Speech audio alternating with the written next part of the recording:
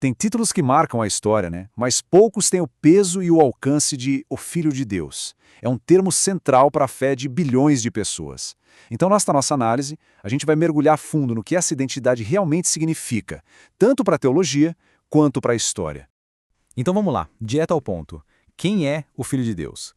E olha, essa pergunta não tem uma resposta simples, de jeito nenhum. É um mistério que está no coração da fé cristã e que gerou séculos e séculos de debate.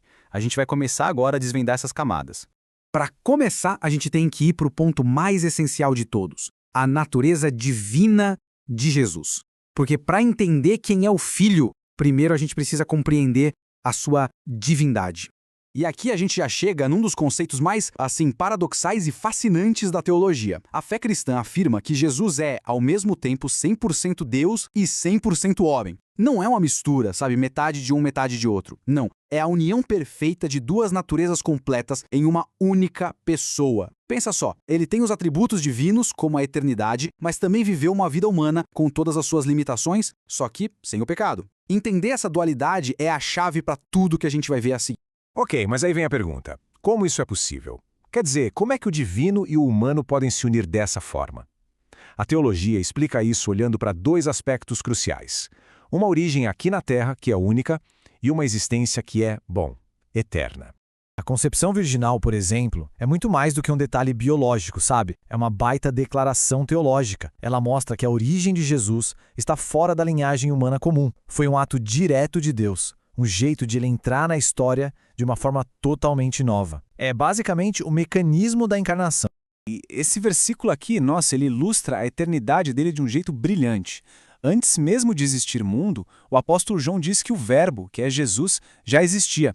Ele não é uma criação de Deus, ele é o próprio Criador junto com Deus Pai. Isso estabelece que ele já existia antes de tudo e que sua natureza divina vem desde sempre. Bom, com essa base teológica na cabeça, vamos agora para um evento que é contado nos evangelhos e que é, sério, espetacular. É um momento em que o véu entre o céu e a terra foi, afastado por um instante e a glória divina de Jesus brilhou de um jeito que dava para ver. Tenta imaginar a cena. Longe de todo mundo, lá no topo de uma montanha isolada, Jesus leva com ele seus 3 discípulos mais próximos. Eles não faziam ideia, mas estavam prestes a ter uma experiência que ia virar de cabeça para baixo tudo o que eles pensavam que sabiam sobre o mestre deles. A palavra-chave aqui é transfiguração. E o termo original em grego, metamorfo, é de onde vem a nossa palavra metamorfose. E isso já diz tudo. Implica uma mudança completa, profunda, de forma e de substância. Não foi só uma mudancinha na aparência, foi uma manifestação externa de quem ele realmente era por dentro, a sua divindade. E aqui está o pulo do gato. Os discípulos finalmente viram um pouquinho da glória celestial de Cristo. Aquela natureza divina, que normalmente ficava escondida pela sua humanidade, simplesmente rompeu e brilhou, mas brilhou muito. A luz não vinha de fora, era a própria glória dele vindo de dentro. Só que a transfiguração não foi só um show de luzes, não. Foi um evento carregado de significado, conectando toda a história da revelação de Deus. E isso fica muito claro com as figuras que apareceram logo em seguida. De repente, no meio daquela cena toda, os discípulos veem não apenas Jesus em glória, mas também duas das figuras mais importantes de toda a história de Israel ali, do lado dele. E a presença deles ali não foi nem um pouco por acaso. Esse quadro aqui ajuda a gente a entender o porquê. Dá uma olhada. Moisés, o grande legislador, representa a lei, ou seja, toda a aliança do Antigo Testamento. Já Elias, que foi um dos maiores profetas, representa os profetas. A presença dos dois ali, conversando com Jesus, é uma declaração visual poderosa.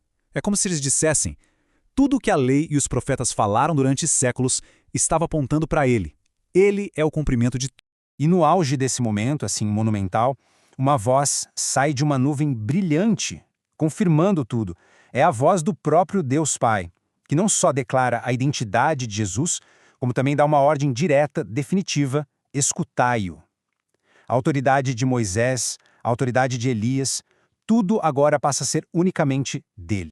Isso tudo nos leva à conclusão teológica desse evento. Afinal, o que a transfiguração estabelece de uma vez por todas sobre o papel de Jesus? Esse momento aqui é muito significativo. Moisés e Elias, os representantes da antiga aliança, simplesmente desaparecem. Só Jesus fica. A mensagem visual não podia ser mais clara. A era da lei e dos profetas deu lugar à era do Filho. A revelação de Deus agora está toda centrada e finalizada nele. Então, para a gente resumir as lições-chave que saíram daquele monte, primeiro, Jesus é a revelação suprema e final de Deus. Ponto. Segundo, ele é o cumprimento de tudo que a lei e os profetas apontavam. Terceiro, ele é o único caminho, o único mediador entre Deus e a humanidade. E por último, a autoridade dele é absoluta. Como a própria voz disse, escutai-o. E isso nos deixa com uma pergunta final, para a gente refletir um pouco. Se Cristo é mesmo a palavra final e completa de Deus para a humanidade, qual é o impacto disso na forma como se vive, se pensa e se busca o divino no mundo de hoje? É um pensamento profundo para a gente encerrar esta análise.